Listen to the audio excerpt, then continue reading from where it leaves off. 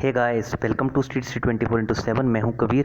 सो friends, इस video में हम डिस्कस करेंगे जो आरबीआई ने अभी हाल ही में repo rate, reverse repo rate cut करी है और कट करके उन्होंने कितने पॉइंट पे उसको लेके आए हैं। इसके अलावा हम ये भी डिस्कस करेंगे कि आरबीआई ने इस मॉनेटरी पॉलिसी जो कमेटी की मीटिंग हुई है उसमें क्या क्या इनिशिएटिव लिए हैं, क्या क्या चीज़ें डिस्कस करी हैं। सो फ्रेंड्स, अगर आप चैनल के साथ पहली बार जुड़ रहे हैं तो सब्सक्राइब कर दें, हिट द सब्सक्राइब बटन, और साथ के साथ बेल आइकन को भी प्रेस कर देना ताकि आपको हर वीडियो की नोटिफिकेशन मिलती रहे। फ्रेंड्स, मैं जितनी भी न्यूज़ अपडेट है उनको साथ के साथ डिस्कस करता रहता हूँ और बिल्कुल ब्रीफ में बताता हूँ ताकि एग्जामिनेशन में जो भी चीज़ें आपसे पूछी जाती हैं आप इजीली अटैम्प्ट कर पाएँ। सो फ्रेंड्स, अब डिस्कस कर लेते हैं। लाइव मिनट का ये आर्टिकल है, तो लाइव मिनट के इस आर्टिकल में साफ उन्होंने पूरी पॉलिसी को कवर कर रखा है। जो भी इंपॉर्टेंट पॉइंट्स है सब डिस्कस करे हैं। आप चाहें तो साथ के साथ नोट्स बनाते रहना। So RBI cuts interest rates, extend loan moratorium by another 3 month. तो आरबीआई ने इंटरेस्ट रेट को कट कर दिया है और loan moratorium means holiday period, जो अभी 3 महीने तक आपको फिर से कोई ईएमआई वगैरह पे नहीं करनी है, ये उन्होंने इसमें बोल दिया है। इस जो एमपीसी हुई है, दैट इज़ जो मीटिंग इनकी हुई है, तो इसमें इन्होंने कहा है कि as the lockdown has been extended the RBI has also extended moratorium on term loans till August 31। तो जितने भी टर्म लोन्स थे उनके ऊपर मोराटोरियम को 31 अगस्त तक एक्सटेंड कर दिया है, क्योंकि जैसे लॉकडाउन बढ़ा है तो ऑब्वियस सी चीज़ है कि बहुत से लोगों के धंधे काम सब बंद हो रखे हैं। आपने देखा होगा बहुत सी शॉप्स ओपन ही नहीं हो रही हैं। रेड जोन में तो बहुत सी शॉप्स अभी भी ओपन नहीं हो रही हैं, तो बहुत दिक्कत हो रही है। जितने भी बिजनेसमैन हैं बहुत प्रॉब्लम में हैं। इसके अलावा RBI monetary policy has cut repo rate by 40 basis point two 4%। तो इन्होंने क्या किया है, पहले रेपो रेट जो थी हमारी 4.40 थी, अब उसको 4% कर दिया। अब रेपो रेट क्या होता है, तो फ्रेंड्स मैं बताना चाहता हूँ आपको। रेपो रेट वो रेट होती है जब सेंट्रल बैंक आरबीआई जो हमारा है वो बैंक को लेंड करता है। तो अगर सेंट्रल बैंक बैंक्स को, जो भी जितने भी नेशनलाइज्ड पब्लिक सेक्टर बैंक या फिर प्राइवेट बैंक है, उनको जो लेंड करता है वो रेट को बोलते हैं हम रेपो रेट। तो central bank to other banks that is repo rate. और जब आरबीआई अदर बैंक से लेंड करेगा, अगर सपोज करो State Bank of India RBI को पैसा देगा, तो वो जो रेट होगी वो होगी रिवर्स रेपो रेट। तो आपको ऐसे याद रखते हैं, आरबीआई टू एसबीआई या फिर बैंक ऑफ बड़ौदा, तो दैट इज़ रेपो रेट। अब बैंक ऑफ बड़ौदा से अगर आरबीआई लेगा that is reverse repo rate. तो डिस्कस करते हैं अब इस आर्टिकल में क्या क्या मेन चीज़ें हैं। In his third such address since the corona virus reduce lockdown began on March 25।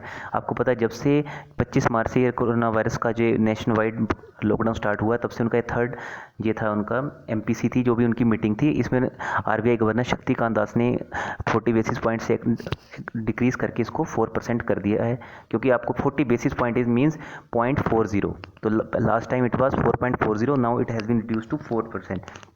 इससे क्या होगा, मार्केट में लिक्विडिटी आएगी। रेपो रेट रिड्यूस करने से क्या होता है, मार्केट में लिक्विडिटी आती है। अब बैंक्स क्या कर सकेंगे, जो भी एनबीएफसी हैं या फिर आप बोल सकते हैं जो भी नेशनल इंस्टीट्यूशंस हैं बैंक्स के, वो क्या कर सकेंगे, जो भी पीपल है, अगर आप लोन देने जाएंगे तो आपको वो कम रेट पे दे सकेंगे और इजीली दे पाएंगे, क्योंकि मार्केट में लिक्विडिटी, मार्केट में पैसा बहुत ज़्यादा आ जाएगा। सो आफ्टर उन्होंने बोला है कि जैसे ही लॉकडाउन हुआ था स्टार्ट 25 मार्च से, उसके बाद से क्या हुआ है, आरबीआई ने बहुत बड़ा डिक्रीज़ किया है। मतलब कि इससे पहले क्या किया था उन्होंने, 75 बेसिस पॉइंट डिक्रीज़ किया था। आपको पता है कि मार्च से पहले ये रेपो रेट अराउंड 5.15% थी, तब उन्होंने एकदम से इसको डिक्रीज़ किया था 75 बीपीएस से। 75 बीपीएस मीन 0.75%। तो 5.15 से बुक आई थी 4.40 पे। अब इसको फिर 40 बीपीएस से डिक्रीज करके 4% तक ले आए हैं। तो the loan moratorium has now been extended till August 31 for 6 months. तो 6 महीने के लिए मोरेटोरियम एक्सटेंड हो रखा है। और अगर आपसे पूछा जाए सीआरआर क्या होती है, तो that is cash reserve ratio. अब हर बैंक क्या करता है, कुछ जो भी कैश है उसको 3% अभी आरबीआई के पास रखना पड़ रहा है। लॉकडाउन से पहले ये 4% थी, बट अब ये लिमिट रिड्यूस होकर 3% हो गई है।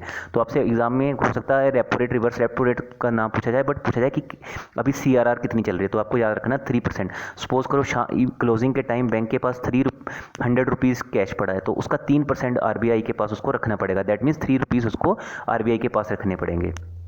तो फ्रेंड्स, इसमें एक मेन इंपॉर्टेंट चीज़ क्या रखनी है, सीआरआर के ऊपर आरबीआई कोई भी बैंकों को ब्याज नहीं देता है। इसके ऊपर बहुत सी कमेटीज़ हुई, बहुत बार ये चीज़ें पूछी गई, इवन पार्लियामेंट में भी बहुत बार हुआ ऐसा कि ऐसा क्यों है कि आरबीआई CRR पे इंटरेस्ट क्यों नहीं देता, उसको देना चाहिए, बट RBI CRR के ऊपर कोई भी इंटरेस्ट नहीं देता है। जैसे आप किसी बैंक में पैसा रखते हो FD के फॉर्म में या फिर म्यूचुअल फंड के फॉर्म में, तो वो आपको कुछ रिटर्न देता है, कुछ परसेंटेज ऑफ ब्याज देता है।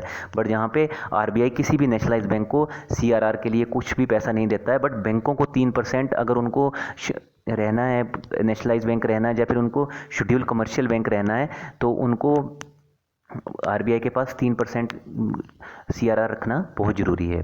तो आगे फाइनेंस मिनिस्टर को उन्होंने बताया कि फाइनेंस मिनिस्टर ने भी 20 लाख करोड़ का जो पैकेज दिया था वो भी इन्होंने बताया है उसको। बट आपको पता है कि वो पैकेज लॉन्ग टर्म के लिए बताया गया है, उसके जो भी गोल्स हैं वो लॉन्ग टर्म के लिए ही होने वाले हैं, क्योंकि उसमें फिशरीज वगैरह अभी वो सेक्टर बहुत डाउन चल रहा है। उसका हो सकता है कि जल्दी भी आपको वो उसका इफेक्ट देखने को मिले, बट जो भी वो 20 लाख करोड़ का आपको लॉन्ग टर्म ही उसका इफेक्ट देखने को मिलेगा। इसके अलावा RBI ने बोला कि इन्फ्लेशन हो सकता है कि काफ़ी बढ़ जाए, बट उन्होंने कहा है कि we are taking the measure to reduce the inflation. Next point is they are saying that group exposure limit for lender. अगर कोई ग्रुप में पैसा लेता है जिसकी लिमिट पहले 25% थी, अब उसको बढ़ा के 30% कर दिया है। सपोज करो आपको 100 करोड़ लगना है, किसी का आप ग्रुप में मिलके कुछ लोन वगैरह ले रहे हैं, तो पहले आपको 25% तक लोन मिलता था। मतलब कि आपको अगर लगता है कि 100 करोड़ आपका किसी कोई आपका प्रोजेक्ट है 100 करोड़ का, तो पहले 25% था, मतलब कि आपको 25 करोड़ बैंक लोन दे सकता था, उसकी लिमिट बढ़ा के 30 करोड़ कर दी है। इसके अलावा जो भी एक्सपोर्ट क्रेडिट होता है, आपकी LC वगैरह होती है, उनका पहले टाइम पीरियड था 15 मंथ्स, अब उसको बढ़ा के 1 साल कर दिया है, क्योंकि बहुत सी LC अभी एग्जीक्यूट नहीं होगी। LC क्या होता है फ्रेंड्स? Letter of credit. ये अपना हमारा जो भी चीज़ें हैं ये एक्सपोर्ट क्रेडिट के अंदर आती हैं। Next point is monetary policy transmission has continued to improve. Next point is RBI will extend rupees 15,000 crore line of credit to Exim bank. Exim bank को भी RBI 15,000 करोड़ देगा। इसके अलावा गवर्नमेंट के जो 10 ईयर के बॉन्ड्स होते हैं, गवर्नमेंट क्या करती है, कुछ बॉन्ड्स निकालती है मार्केट में और उसको वो बाद में खरीद लेती है। अब क्या हुआ कि जैसे कोरोना वायरस हुआ, आपको पता मार्केट डाउन चली गई, तो जो भी गवर्नमेंट के 10 ईयर बॉन्ड्स हैं वो भी अभी स्लम्प कर चुके हैं, मतलब कि उनका जो वैल्यू है वो 15 बेसिस पॉइंट से वो नीचे गिर चुके हैं। तो इंडिया का फॉरेन एक्सचेंज रिजर्व के बारे में बताया कि ये 9.2 बिलियन डॉलर से बढ़ चुका है एज ऑन 1 अप्रैल। सो फार उन्होंने कहा कि on 15 May foreign exchange reserve stand at 487 billion dollar. अभी भी हमारा फॉरेन एक्सचेंज रिजर्व बहुत ज़्यादा है। बट आपको पता है कि अब फॉरेन से इंडिया में जितनी भी रेमिटेंसीज है वो आनी बहुत कम हो गई हैं, क्योंकि अब लोगों के पास पैसा ही नहीं बच रहा है। तो हो सकता है आगे आने वाले समय में आपको ये फॉरेन एक्सचेंज रिजर्व जो भी हमारा फॉरेक्स है वो कम होता हुआ भी दिखे।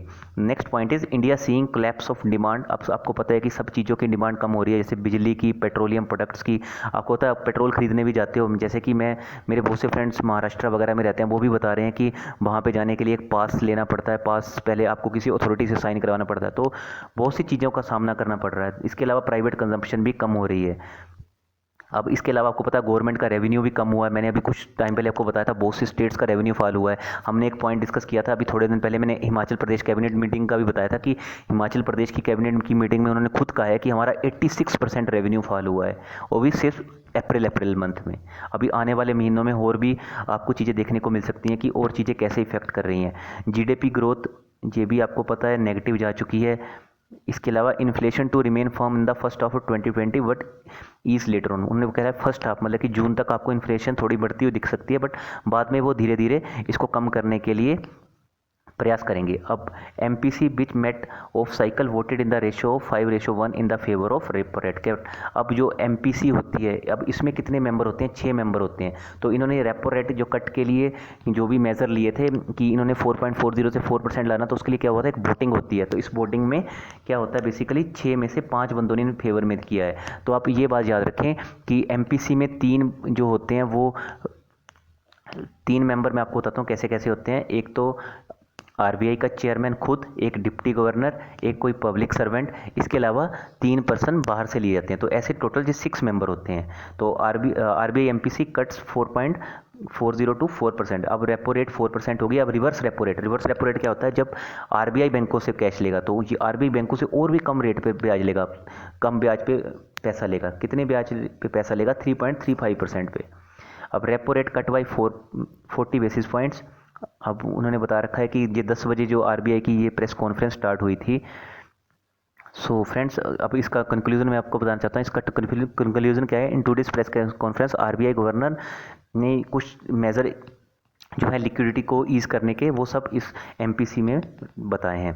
सो ये मैंने सारी चीज़ें जो भी आज मीटिंग में हुई हैं, मेन चीज़ें, वो मैंने सब आपको बता दी हैं। इसमें आपको याद रखना है repo rate 4%, reverse repo rate 3.35% और CRR कैश रिजर्व रेशो जो बैंक RBI के पास पैसे रखते हैं दैट इज़ 3%।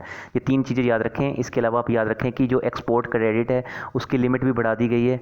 इसके अलावा आपको याद रखना है कि ये कब तक के लिए एक्सटेंड किया गया है। इसको एक्सटेंड किया गया है 3 मंथ के लिए, अप टू 31 अगस्त। अब RBI ने 15,000 करोड़ का एग्जिम बैंक को लोन भी क्रेडिट भी देने को बोला है। इसके अलावा जो मैंने आपको बोला कि LC की लिमिट जो पहले 15 महीने हुआ करती थी उसको बढ़ा के अब 1 साल कर दिया है। और इसके एक और पॉइंट, लास्ट पॉइंट है, ग्रुप एक्सपोजर को बढ़ा के 25% से 30% कर दिया। ये सब पॉइंट मैंने आपको डिस्कस करे हैं, जो भी लाइव मिंट का जो लाइव आर्टिकल था वहाँ से डिस्कस करें। लाइव मिंट आपको पता है बहुत ज़्यादा भरोसेमंद साइट मानी जाती है आज के टाइम पे। So that was all about from me friends. ये एमपीसी की जो भी आज मीटिंग हुई थी वो मैंने आपके सामने डिस्कस कर दी है। That was all about from me. So thank you friends, keep loving us, keep supporting us, because together we can make a huge difference. So God bless you all friends. कोई भी doubt हो, कोई भी query हो, comment करके बताना। हम definitely आपकी जो भी क्वेरी होगी उसके ऊपर इन डिटेल बताएंगे। फ्रेंड्स मैं बैंकिंग के टर्म्स आपको इसलिए इतना ईजिली बता देता हूँ क्योंकि मेरे खुद बहुत से फ्रेंड्स बैंकिंग में जॉब करते हैं, बैंकिंग सेक्टर में है। इवन मैंने भी बहुत से बैंक एग्जाम जो भी पेपर है वो क्लियर कर रखे हैं, तो मुझे बैंकिंग की बहुत डीप नॉलेज है। इवन मेरे बहुत से friend bank of Baroda, SBI, Canara bank में हैं, तो वो जो भी डेली की चीज़ें होती रहती हैं बैंक्स में वो मेरे साथ शेयर करते रहते हैं, इसलिए मेरी इतनी नॉलेज हो रखी है। सो मैं जितनी भी मेरी नॉलेज है I will definitely share with you.